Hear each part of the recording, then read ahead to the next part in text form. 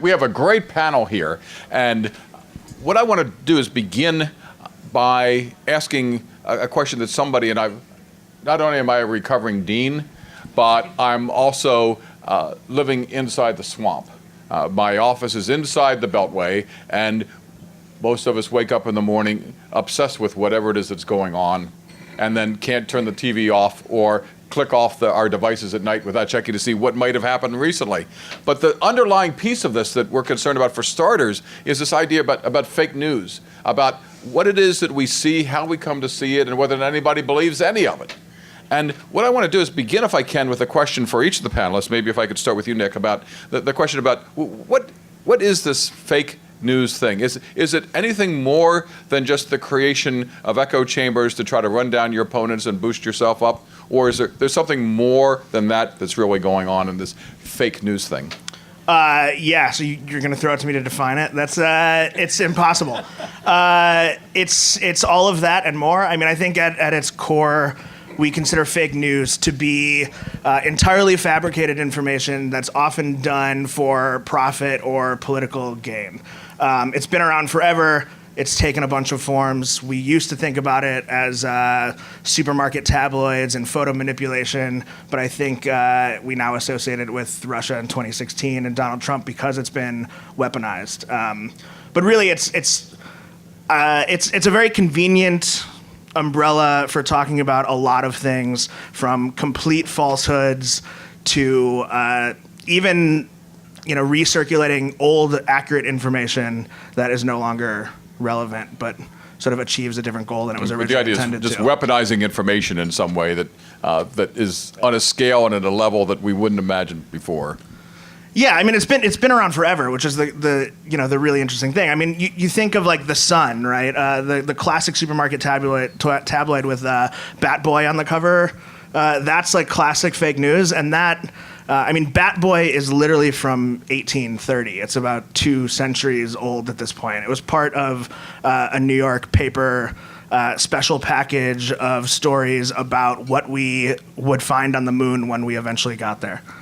It's great. It sells ads. That's assuming that, in fact, we actually did get to the moon and it wasn't just filmed in Arizona. Yes.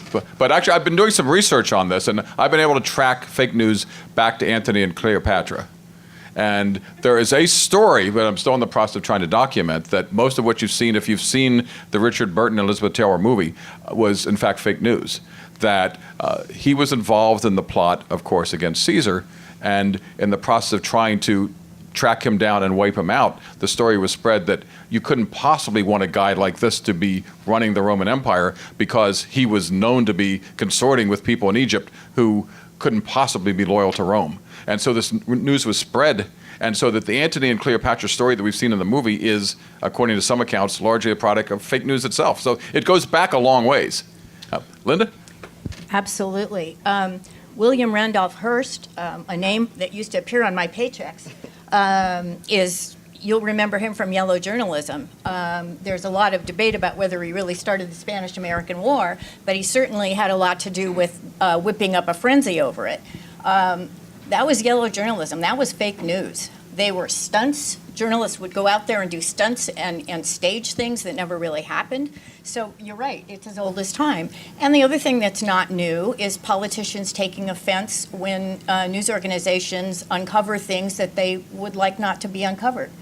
So I think what's new here, to take Nick's point, is technology has made the dissemination of it very, very easy and very fast.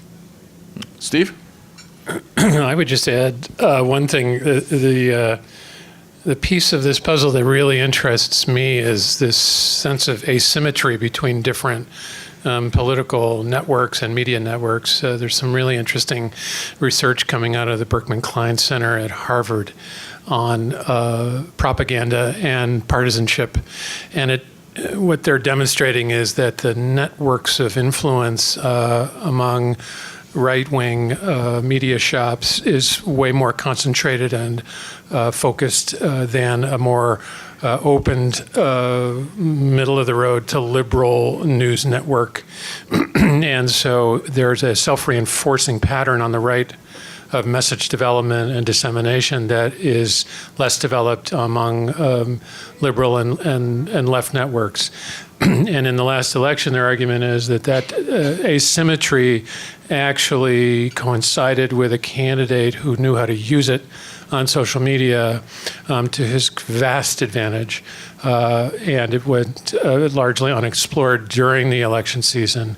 And we're continuing to live with it right now to the point where, as Nick said, we've got both a weaponized system of propaganda, probably, maybe, who knows, probably with state actors behind it, and also a coherent messaging system among a set of highly partisan, influential people, both on the street and in positions of authority, to get their messages out.